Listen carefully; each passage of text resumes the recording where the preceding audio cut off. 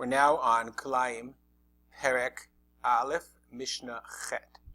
Kilayim, Perek Aleph, Mishnah Chet. So in our last Mishnah, we learned that you couldn't mix Ilan, Yarak, B'Yarak, nor Ilan, B'Yarak, or Yarak, B'ilan, i.e., it would be Kilayim to graft a vegetable onto a tree, or somehow a tree onto a vegetable. So our Mishnah is going to be a continuation. It's a continuation of that idea, of this notion, and it's going to give a bunch of examples.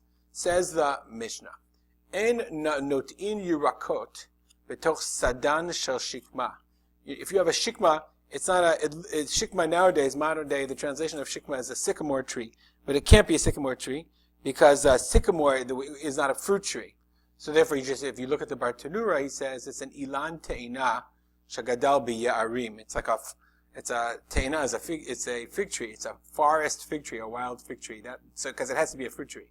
Okay, because if you recall, last time we learned that there's no problem of non-fruit bearing trees vis-a-vis Kilayim. So anyway, en not in yirakot, you can't plant vegetables in the sadan, which is the stump of a shikma, of another different kind of fruit tree. Okay, that's because, again, it's yarek on ilan. Secondly, ein markivin pegam agabe kida levana. It is not permitted to graft rue on white cassia. Why? Yarak be'ilan.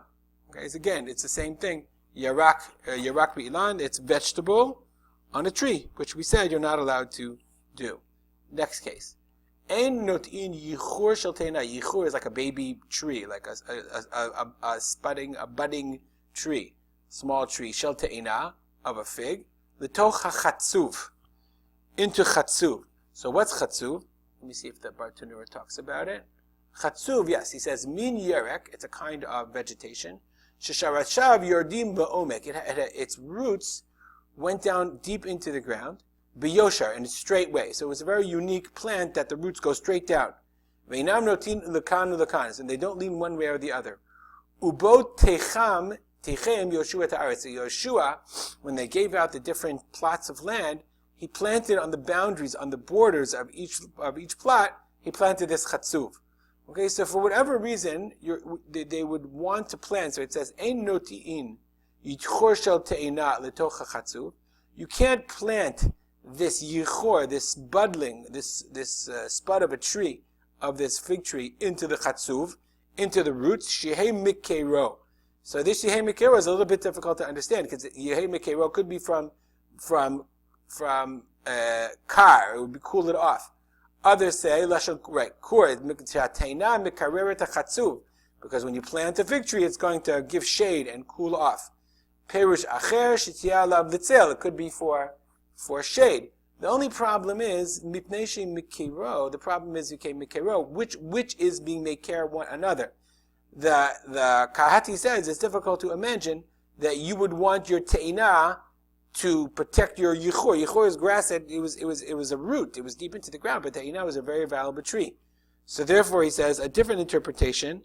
What it really means is shehei hachatzuv mikero liyichur. Somehow the chatzuv would cool off, or he says shehei hachatzuv mashrisho. It would give its roots, and this makes a little bit of sense, because if the chatzuv had this deep roots, it was drawing nutrients, water from the underground, from underground. So if you planted your yichur shel teina, you would plant your budding tree, your tiny little baby tree, in the chatzuv, because it's already drawing nutrients from farther down than any other plant.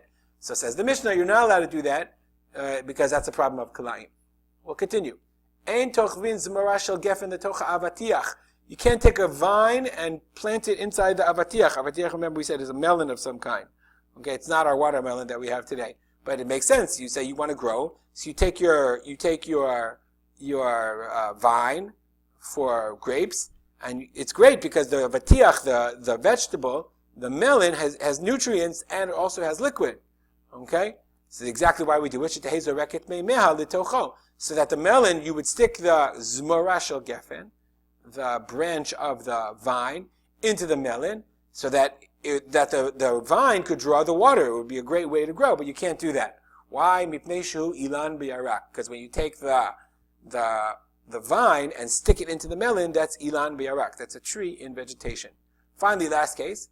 Ein notnin zera delat letocha chalamit shetehem mishmarto. Okay? You cannot, one second. It is prohibited to place gourd seed into the juice of a mallow for the purpose of preserving the former. Why? Mipnei shehu yarak biyarak. So here again we're talking about a gourd seed into the juice of a mallow. If you know what a mallow is, then you'll know what it's talking about, okay? The Kahati says the chalamid is a min semach bar ne'echal. It's a wild edible plant. It's a wild edible plant.